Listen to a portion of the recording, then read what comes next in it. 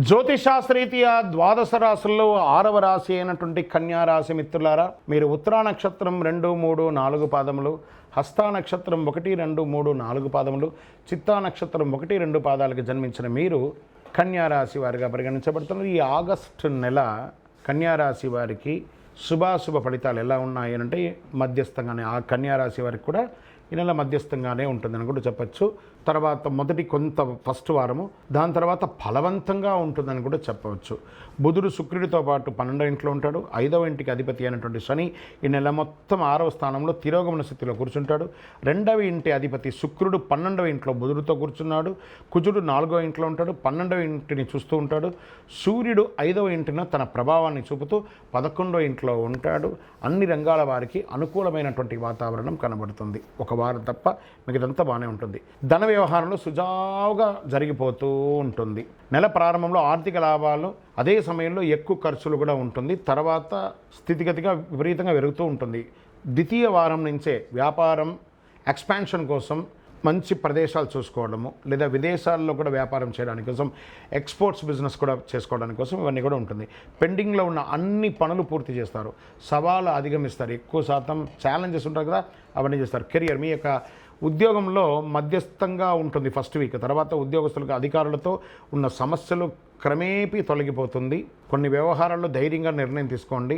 అసాంఘిక కార్యక్రమాలు ఏది చేయకండి. ఉద్యోగ ప్రక్రియలో మీ సహ ఉద్యోగులతో కాస్త స్నేహపూర్వకంగా ఉండండి. ఇంట బయట ప్రతి వ్యవహారంలో మీదే పై చేయిగా ఉంటుంది. బంధుమిత్రుల సమాగమం ఆనందం కలిగిస్తుంది. జీవిత భాగస్వామితో పుణ్యక్షేత్రాలు లేదా విహారయాత్రలు వెళ్ళే అవకాశాలు ఎక్కువ కనబడుతున్నాయి. విద్యార్థులు 10వ తారీఖు పైన మీరు విదేశాలకు వెళ్ళాలనుకున్న వారికి మంచి యూనివర్సిటీని ఎంచుకొని వెళ్ళడానికి ఇదొక మంచి సమయం. మీ యొక్క వీసా అంతా కూడా చక్కగా ఉంటుంది.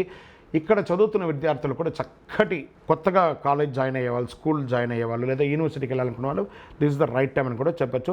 చేపట్టిన పనులన్నీ కూడా విజయవంతంగా పూర్తి చేస్తారు. దూర ప్రయాణాలకి ఉద్యోగ రీతిగా ట్రాన్స్ఫర్ అయ్యే అవకాశాలు కాస్త కనబడుతున్నాయి.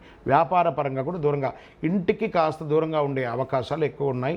అలవాట్లు, ఆహారపు అలవాట్లు, వ్యక్తిగత అలవాట్లని కంట్రోల్గా ఉంచుకోక తప్పదు. మాస చివర ఒక వ్యవహారంలో సన్నిహితులతో కాస్త భేదాభిప్రాయం వచ్చినా మళ్ళీ సమసిపోతుంది.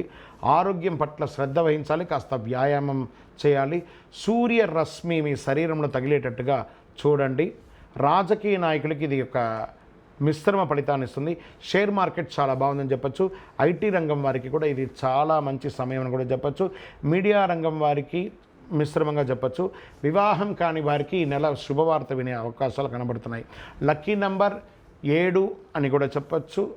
ఊదా రంగు మీకు చాలా కలిసి వస్తుంది.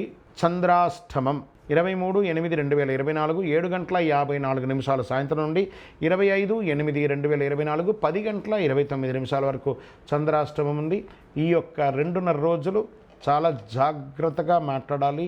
సంతకం పెట్టేటప్పుడు జాగ్రత్త, ప్రయాణం చేసేటప్పుడు జాగ్రత్తగా ఉండండి. పరిహారం, ఈ నెల మీరు చక్కగా ఆంజనేయ స్వామి వారిని ప్రార్థన చేయండి. హనుమాన్ చాలీసా పారాయణం చేయండి. ఒక 19 ప్రదక్షిణాలు ప్రతి మంగళవారం కూడాను ఆంజనేయ స్వామి వారికి ప్రార్థన చేయండి. మీ యొక్క వయస్సు ఎంత ఉందో అన్ని దీపాలను అక్కడ దేవాలయంలో వెలిగించండి. ఏదో ఒక వారం వెలిగించండి. కరుంగాళి మాలను మెడ మీద ఎప్పుడు వేసుకొని ఉండడానికే ప్రయత్నం చేయండి. ఇంకనూ మీ యొక్క వ్యక్తిగత జాతకం తెలుసుకోవాలనుకుంటే మీ యొక్క date of birth, time of birth, place of birth WhatsApp చేయండి. విజయోస్తు.